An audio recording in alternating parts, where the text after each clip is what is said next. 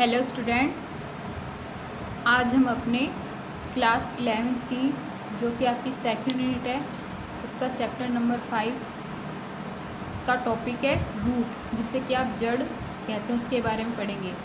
Chapter का नाम है पुष्पी पादपों की आकारिकी।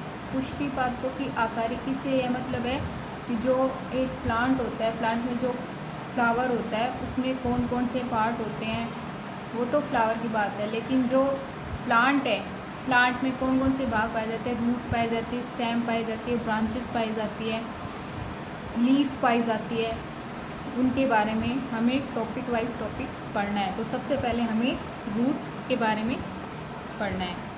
रूट, जैसा कि हमें पता है, रूट कहाँ पाई जाती है।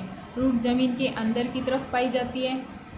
यह पौधे का ही भाग होती है और ज़मीन के अंदर की तरफ पाई जाती है। क्योंकि ये ज़मीन के अंदर पाई जाती है, गुरुत्वाकर्षण बल के दिशा में ही पाई जाती है, तो ये धनात्मक तो गुरुत्वानुवर्ती होती है। लेकिन ये प्रकाश के विपरीत पाई जाती है। सूर्य का प्रकाश ऊपर होता है और जो जड़ें होती है भूमि के अंदर होती है, तो ये ऋणात्मक प्रकाशानुवर्ती अपनी वृद्धि करती है। तो रूट की डेफिनेशन इस प्रकार से हो जाएगी: जड़ पौधे का वह भाग है जो भूमि के धनात्मक गुरुत्वानुवर्ती तथा प्रकाश के ऋणात्मक प्रकाशानुवर्ती अपनी वृद्धि करता है। ठीक है। जो एक प्लांट होता है, प्लांट में जो भाग होते हैं, भाग से मतलब एक तो एक्सिस पार्ट होता है, एक्सिस मतलब अक्ष वाला भाग होता है, और दूसरे उसके उपांग साइड वाले, मतलब उसमें जो ब्रांचेस पाई जाती है उनको अपेंडेजेस या उपांग कहते हैं। जैसे कि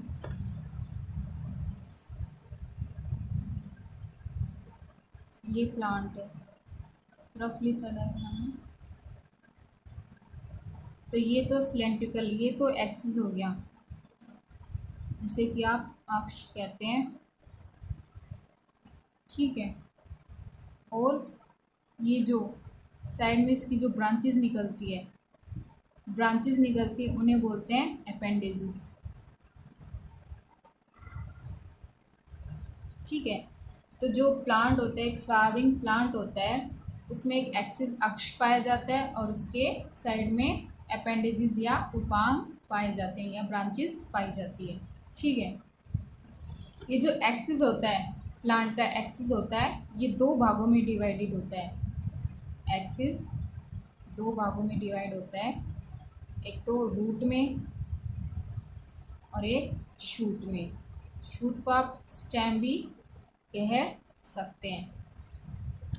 अभी हमने पढ़ा है रूट कहाँ पाई जाती है, जमीन के अंदर।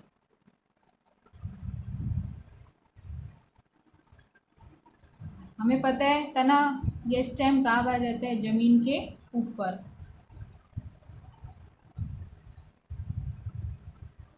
ठीक है। जो जड़ होती है, हमने जड़ देखी है, वो कैसे रंग की होती है? सामान्यतः ये भूरे रंग की होती है,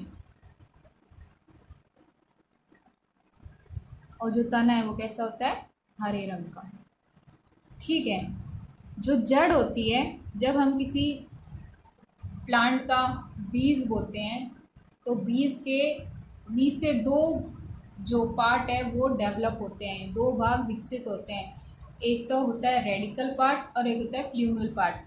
रेडिकल पार्ट को आप हिंदी में बोलते हैं मूलांकुर पार्ट। मूलांकुर जो एम्ब्रियो है, भ्रूण है, जो बीज बोया है, वो बीज जब विकसित होएगा तो वो जो भ्रूण में बदलेगा, तो भ्रूण के जो मूलांकुर वाले भाग से विकसित होती है जड़ें, और जो भ्रूण है उसके जो प्रांकुर भाग से विकसित होएगा तना। तो आपको इतना याद रखना है, भ्रूण के मूलांकुर भाग से जड़ें विकसित होती है, भ्रूण के प्रांकुर भाग से तना विकसित होता है। ठीक है। अब बात आती है कि जो पादप होते हैं उनमें कौन कौन से अंग पाए जाते हैं। पादप अंग, तो पादप अंग से मतलब है कि जो पादप है वो किस प्रकार, प्लांट है किस प्रकार डेवलप्ड हो रहा है, उनमें कौन कौन से डेवलपिंग ऑर्गन पाए जाते हैं। तो इसमें टू टाइप्स के होते हैं ये पादप अंग, एक तो कायिक अंग और दूसरे होते हैं जनन अंग। ठीक है, कायिक अंग हमें पता है कि सबसे पहले जनन अंग, जनन अंग हमें पता है कि जो प्लांट होता है उसमें जो फ्लावर होते हैं उसमें दो रिप्रोडक्टिव पार्ट होते हैं, मेल फीमेल पार्ट, जिसे में मेल पार्ट को हम बोलते हैं पुमंग और जो फीमेल पार्ट है उसे हम बोलते हैं जायांग। ठीक है, तो इसमें तो जो जनन अंग होते हैं उसमें दो पार्ट होंगे, मेल फीमेल, मेल को पुमंग, फीमेल को जायांग। तो ये क्या काम करते हैं, इसके द्वारा नए पादप का विकास होता है। नया जो प्लांट होएगा वो पादप के रिप्रोडक्टिव पार्ट से ही डेवलप होएगा, तो ये जो रिप्रोडक्टिव पार्ट के द्वारा नए पादप का विकास होता है। और कायिक अंग क्या करते हैं, ये काम करते हैं पादप को पोषण प्रदान करने में। पादप को जो पोषण प्रदान करना है वो कायिक अंगों के द्वारा ही प्राप्त होता है। इसमें आप कौन कौन से भाग शामिल करोगे, जड़ को करोगे, तने को करोगे और पत्ती को करोगे। ठीक है, और इसमें हो जाएगा फूल, फल और बीज।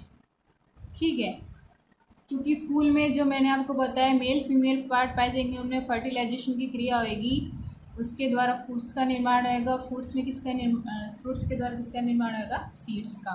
तो आपको इतना याद रखना है, जो प्लांट ऑर्गन होते हैं उसके दो पार्ट होते हैं, वेजिटेटिव ऑर्गन जिसे कि कायिक अंग कहते हैं और रिप्रोडक्टिव ऑर्गन जिसे कि जनन अंग कहते हैं।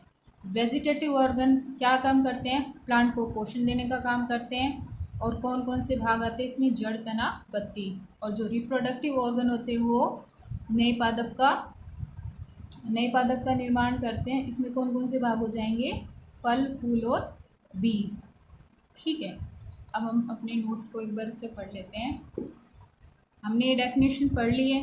अब क्या है, जड़ पादप को भूमि में स्थिर बनाए रखने का कार्य करती है। हमें पता है जड़ जो प्लांट है उसको भूमि में, जड़ है वो मिट्टी को पकड़े रहने का काम करती है, जिससे कि वो प्लांट है वो सीधा खड़ा रह पाता है। और मिट्टी में जो आवश्यक खनिज पोषक तत्व होते हैं वो जड़ों द्वारा अवशोषित होते हैं, और जड़ों द्वारा अवशोषित होकर ही वो प्लांट के विभिन्न भागों तक ऊपर की ओर जाते हैं।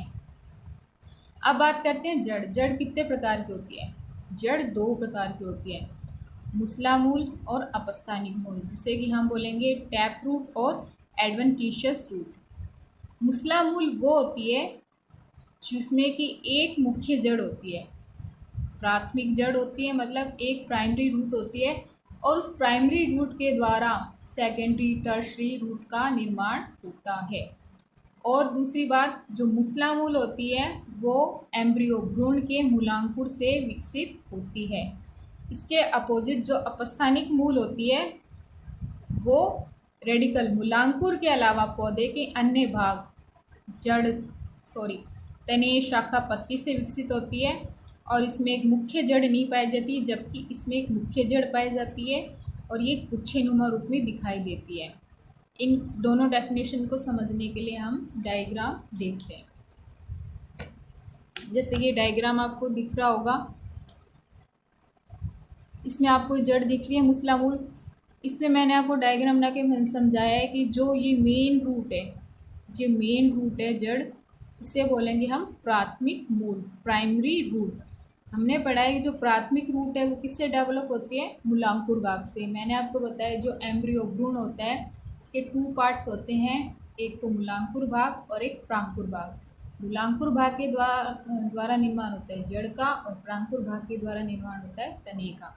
तो जो मुसला मूल होती है वो मूलांकुर भाग से विकसित होती है, मूलांकुर के द्वारा इसमें प्राइमरी रूट का निर्माण होता है। ये जो बीच वाली जो लाइन है ये प्राइमरी रूट की है, और जो प्राइमरी रूट से ये जो रूट्स निकली है उसे बोलते हैं सेकेंडरी रूट या द्वितीयक मूल, और इसी द्वितीयक मूल से जो रूट निकलते हैं उन्हें बोलते हैं टर्शरी रूट या तृतीयक रूट। ये तो होगी मुसला मूल। सेकेंड है अपस्थानिक मूल। अपस्थानिक मूल हमने पढ़ा कि इसमें मुख्य जड़ नहीं होती, इसमें तो मुख्य जड़ आपको दिख गई, लेकिन इसमें मुख्य जड़ नहीं होती है।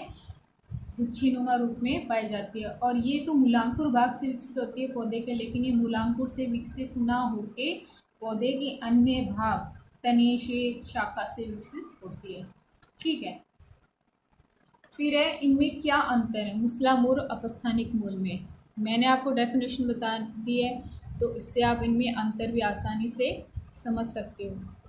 हमने पढ़ा मुसला मूल कहाँ होती है, भूमिगत होती है, मतलब भूमि के अंदर पाई जाती है। लेकिन जो अपस्थानिक मूल होती है वो भूमिगत भी होती है और बाह्य भी है, मतलब भूमि के अंदर भी होती है और भूमि के बाहर भी पाई जाती है।